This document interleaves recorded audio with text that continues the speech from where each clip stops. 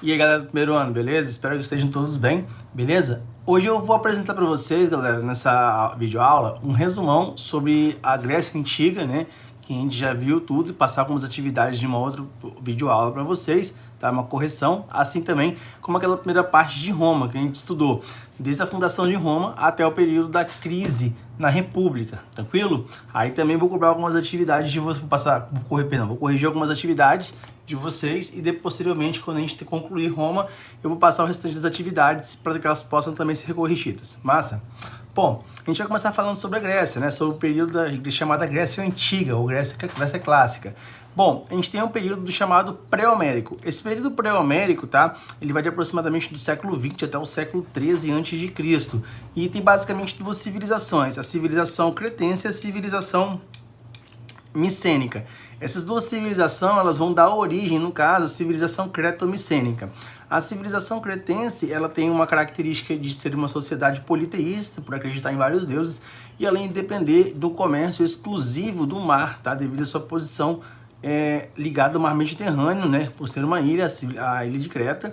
Então, ela tem uma forma econômica que a gente chama de talassocracia, que é a dependência do comércio com o mar, ou seja, da comercialização dos seus produtos com o mar. E na questão da civilização micênica, a gente tem que lembrar principalmente da formação dos povos, do povo aqueu, que dá origem a essa cidade, beleza? E o domínio, posteriormente, da civilização cretense, que vai dar origem a essa civilização que eu falei anteriormente, civilização creto-micênica. Na parte peninsular, a gente tem os eólios, que vão fundar a cidade de Tebas, os jônios, que vão fundar a cidade de Atenas, e os aqueus, que eu falei, que formaram a cidade de Micena. Esses três povos dominaram grande parte do mar Mediterrâneo, então eles vão desenvolver, claro, logicamente, esse governo de talassocracia e também desenvolver a questão do domínio dessa parte da Grécia no mar Mediterrâneo.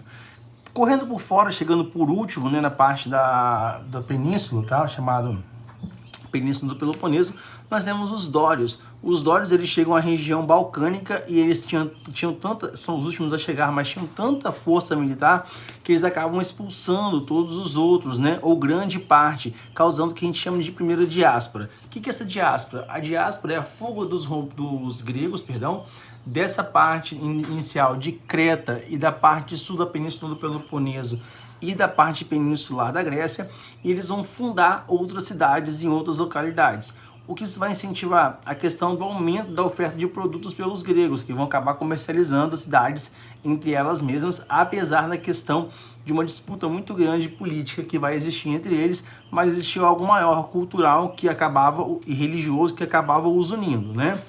Bom, então a gente tem um período que a gente chama de período pré-homérico.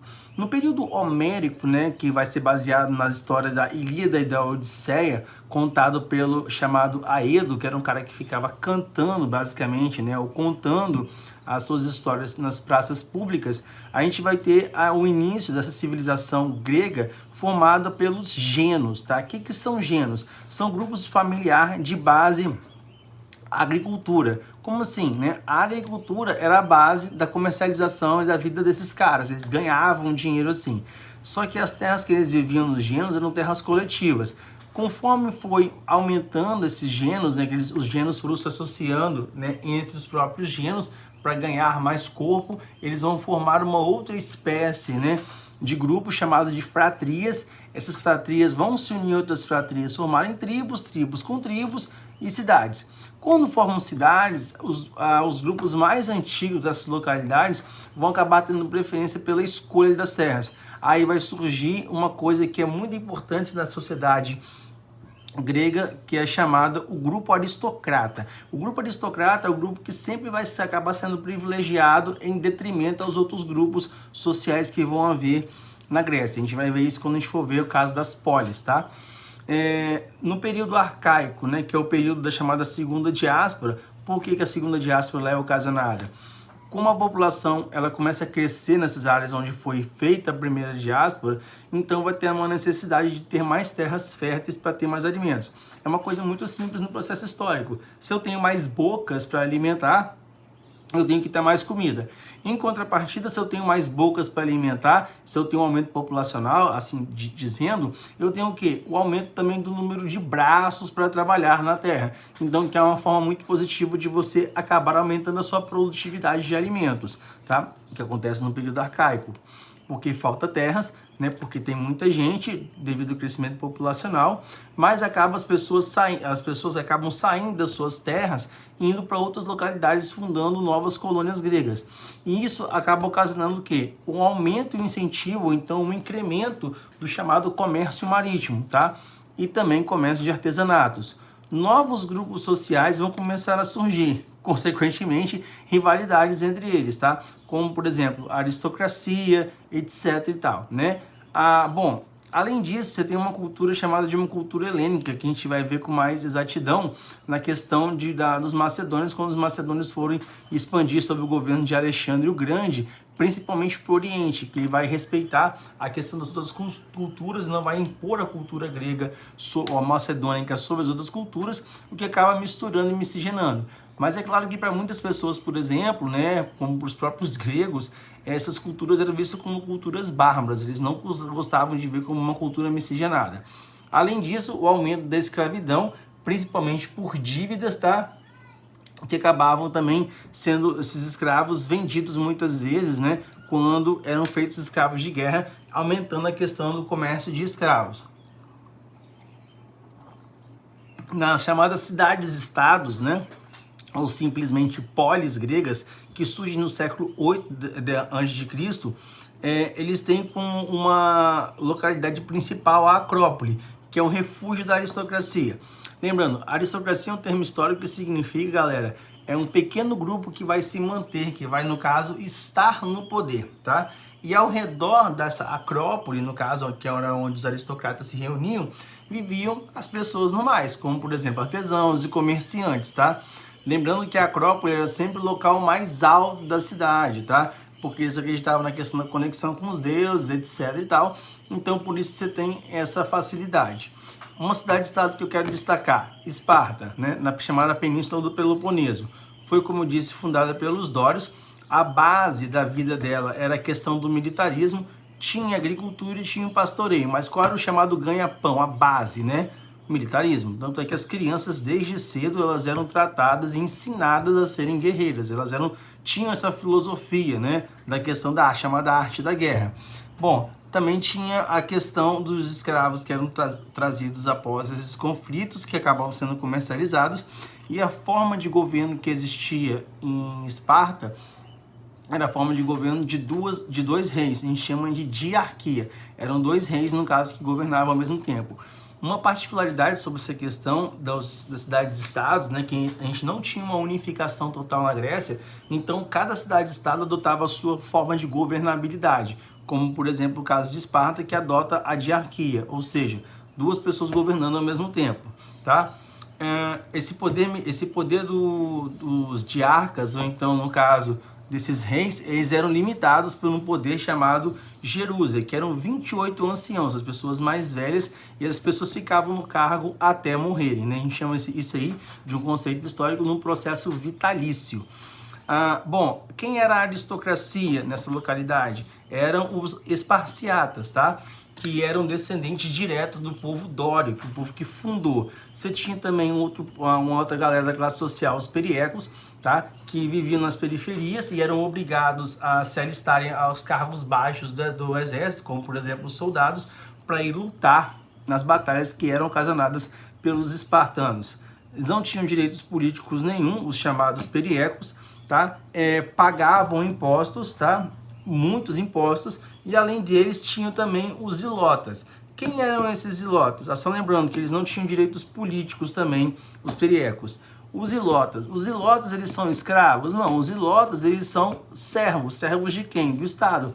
Eles são os povos que foram dominados pelos dórios, eles eram obrigados a ficar aonde? Nas terras, eles eram chamados prisioneiros da terra. Mas eles poderiam sair da terra onde eles quisessem? Sim, eles tinham liberdade, só que se eles deixassem as terras deles, eles estavam ferrados. Eles ficariam o quê? Totalmente sem o seu ganha-pão. Outra cidade-estado de destaque na Grécia é Atenas, que foi fundada pelos jônios, tá?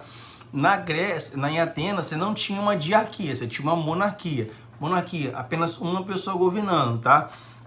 Na aristocracia, tá? Eles tinham também um processo da democracia e eles eram conhecidos como uma sociedade educadora.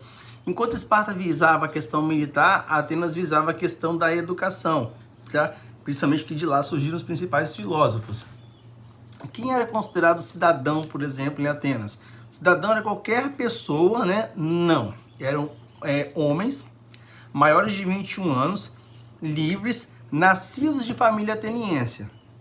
Destaque para os donos das terras e de escravos. Você tinha outras pessoas que compunham também a sociedade grega, ateniense? Sim. Quem, por exemplo? Os metecos, que eram nascidos no estrangeiro, ou seja, eram pessoas estrangeiras que não tinham terras, não tinham direitos políticos, geralmente trabalhavam com comércio e com artesanato. E por último, você tinha os escravos, né? Com a formação de escravos, né? Na chamada Atenas. Você poderia ter escravos de guerra ou escravo por dívida. E você tinha também, na questão desse domínio de Atenas, o chamado basileu. Quem era o basileu? O basileu tinha um poder de juiz, chefe militar, sacerdote, tá? Com a ascensão, no caso, do chamado arcondato, né? Que eram 9 cargos políticos que tinham nessa época, tá? Muitos conflitos sociais por causa dessa questão da disputa do poder acabam sendo relacionados e ocasionados nessa época em Atenas, tá? Assim também como vai solicitar a questão das mudanças de pensamento, como por exemplo as reformas que vão ser realizadas na questão política. Exemplo, Dráco, né? Dráco, só para você ter ideia, ele fez a questão das reformas das leis escritas, tá? As leis então passam a ser escritas. Solon, ele entra com a questão da proibição da escravidão por dívida, para que as pessoas possam ter os seus direitos, pelo menos, de serem livres, tá? Pisístrato defende os pequenos proprietários, tá? Hípias e Hiparco são os grandes moderados, né? Eles querem um governo, assim, mais uniforme possível. Então, são essas transformações que acabam acontecendo, por exemplo, na cidade de Atenas, tá? A democracia ateniense era uma democracia para pobre, rico, plebeu, aristocratas, senhores, comerciantes? Então, galera, não. Era no caso, né? Era assim. O que acontece é o seguinte, em Atenas, pobre, rico, plebeu, aristocrata, né? Você poderia ter os seus direitos desde que você fosse filho de ateniense maior de 21 anos. Só que quem tinha terras acabava tendo mais força do que quem não tinha terra, por exemplo, tá? Além disso, a democracia é chamada de democracia direta. Como assim? Eles discutiam na Ágora, né, que era uma praça onde as pessoas se reuniam, eles discutiam tudo que tinha para discutir ali e na mesma hora entrava em votação, caso desse certo, né, era aprovada e o bicho pegava, o pau quebrava. Além disso, você tem o quê? Você tem algumas pessoas que também vão fazer parte desse processo, que vão tentar mudar algumas ideias, como por exemplo, Clístenes, tá? Queria direitos iguais a todos os cidadãos em Atenas, tá? Assembleias, você tinha a questão do ostracismo. O que é isso, né? De tempo em tempo, as pessoas que estivessem prejudicando a questão econômica, a questão social, a vida política de Atenas, elas poderiam ser votadas, né? Numa reunião da Ágora também, para que elas pudessem ter seu nome escrito no azulejinho, e se tivesse 100 votos, a pessoa era obrigada a deixar por 10 anos Atenas. Poderia retornar depois? Poderia, inclusive, reaver caso tivesse todos os seus bens, tá? A gente tem um poder legislativo, que é o Conselho e a Assembleia, a questão do Executivo, com os estrátegos, e do Judiciário, tá? Com ele e eu. Qual foi o apogeu dessa vida ateniense, tá? Foi com um camarada chamado Péricles, tá? Que a gente vai ver principalmente na questão da chamada, depois da guerra contra dos Xerxes, esqueci o nome agora do rapaz lá, dos persas, perdão, galera.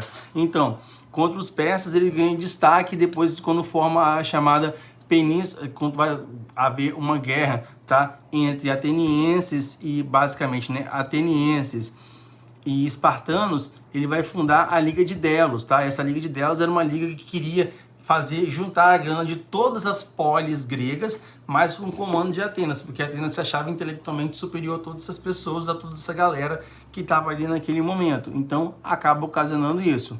Bem, o que? O domínio ateniense, mas por isso que o Péricles usou essa grana para reaver e viver o momento de ouro da chamada Atenas, tá? A gente vai ver o período clássico, por exemplo, principalmente na questão das guerras, como eu disse, as guerras médicas ou greco-pérsicas, né? Essas guerras aconteceram mais ou menos de 499 a 448 a.C., com a vitória dos gregos, e depois uma guerra que a gente poderia chamar de uma guerra civil, que é a Guerra do Peloponeso, que é a guerra da Liga de Delos contra a Liga do Peloponeso. Basicamente, uma liga criada e governada por Esparta e uma liga governada e criada por Atenas. Bom, quando essa guerra terminou, essa chamada Guerra Civil, a maioria das cidades gregas elas estavam enfraquecidas. Isso foi um prato cheio para uma pessoa que estava vendo de fora aproveitar essa oportunidade e invadir a Grécia e dominar totalmente, que era Filipe II ou Filipe Caolho, que é o pai de Alexandre o Grande, que ele acaba chegando e dominando totalmente os gregos, impondo as suas vontades naquela localidade. Só lembrando que os macedônicos nessa época eram conhecidos como semi-gregos, né? Ou então semi-bárbaros, porque eles praticavam uma agricultura muito rudimentar na visão de alguns gregos, tá? Eles não tinham o respeito total dos gregos, mas eles se consideravam, os macedônicos, totalmente gregos. Então você vai ter o domínio macedônico de Filipe II, posteriormente, né, de Alexandre o Grande, e um dos principais feitos para mim são a questão dos domínios que ele vai ser realizado, principalmente com Alexandre o Grande, chegando até as beiras da Índia, né, no seu domínio de expansionismo territorial que foi gigante. E a prática do helenismo, que é a cultura grega associada às outras culturas orientais, que vai ganhando corpo nessa época. Bom, falando um pouquinho sobre Roma. Em Roma nós temos a questão inicialmente, né, da monarquia. Ela inicia com a monarquia, onde o rei domina todo o processo administrativo, militar, judiciário e religioso, só que ele vai confrontar-se com o Senado, que vai ter a questão legislativa, ou seja, de fazer as leis. A disputa basicamente, né, o tempo todo de plebeus contra patrícios, tá? E por fora vai ocorrer os clientes, que eram o quê? Os clientes eram plebeus, só que esses plebeus eles tinham benefícios porque eles ficavam ali, né, colados com os patrícios, tá? Na República, vocês vão ter a consolidação da escravidão, o Senado controlado no caso pelos patrícios. Você sai com a figura do monarca e você entra com os patrícios dominando, dividindo os cargos nos chamados magistrados, como por exemplo, cônsul, pretor, censor, questor, edil e por último os ditadores, que eram o quê? Esses ditadores, caso todos esses outros cargos não tivessem dando efeito, não tivessem dando certo, esses ditadores entravam para manter o processo que a gente chama de processo de tentativa de estabelecimento ou reestabelecimento da questão republicana em Roma, tá? Bom, os plebeus, que eram a maioria em Roma, eles sempre se sentiam prejudicados, até que um dia eles queriam, né, uma participação mais efetiva na questão do governo e pedem os seus direitos. Só que os patrícios, eles olham e esnobam tudo isso. Qual a ideia dos plebeus? Principalmente dos plebeus que enriqueceram com a questão comercial e começaram a ter acesso a outros tipos de cultura. Eles começam a fazer revoltas. E as revoltas, eles vão se retirar da cidade. Aí os patrícios vão ver a dificuldade que é viver sem os plebeus, tá? E quando os plebeus sentam para conversar com os patrícios, eles falam o seguinte: olha, nós queremos uma participação, mesmo que pequena, dentro da política. É criado o quê? O tribunado da plebe, tá? A lei das 12 tábuas, que as leis então passam a ser escritas e não mais oralizadas. A lei da Canulé, Licínia Sextia, Ogúnia e Hortência. Então, essas leis, elas servem para quê? Para inserir, né, os plebeus definitivamente dentro do processo republicano romano. Todas essas leis saíram de uma hora para outra? Não. Elas foram conquistadas de pouquinho em pouquinho, então os plebeus começam a ganhar um espaço dentro de Roma. Além disso, você tem a expansão territorial, as guerras púnicas, que são as guerras contra Cartago. Cartago era uma antiga colônia fenícia, tá? O domínio do mar Mediterrâneo, no chamado Mar Nostro, né? Ou Nosso Mar, que os romanos dominam toda essa região e aumentam a questão do incentivo comercial e a máquina expansionista deles, porque a base lá em Roma era a escravidão, a agricultura e a escravidão, porque Roma tinha muitas pessoas vivendo na cidade, vendendo os produtos da onde? Do campo. Aumento do latifúndio de escravos, né? Então a guerra, ela ocasiona isso, né? Constante geração de processos de escravo. A crise na cidade, né? Onde funcionava o império, tá? Você vai ter a questão também dos irmãos Graco, que tentam fazer um processo de reforma agrária, como por exemplo a lei frumentária, que vai dar o trigo e pão às pessoas sendo subsidiado pelo Estado, tá? Os irmãos Graco, eles são muito importantes, principalmente para essa questão da reforma agrária, porque eles querem estipular o tamanho máximo que uma terra pode ter, principalmente pela aristocracia, ou seja, pelos patrícios, no caso, que são as pessoas da aristocracia em Roma, tá? Mas, né, não dá muito certo. Posteriormente, quando a república começa a cair, né, na questão da credibilidade, você vai ver surgir os militares e graças às conquistas que eles vão realizando, né, e vão mostrando para o povo que eles estão muito mais do lado dos plebeus do que dos patrícios, eles vão começando a conquistar o povo romano, tá, e começam a ameaçar o poder do Senado. Só lembrando, é o Senado que arquiteta também a questão do fim da monarquia, e são os militares que vão acabar ocasionando o quê? O fim, né, ou então um certo desuso do Senado, mesmo que momentaneamente. Beleza, galera?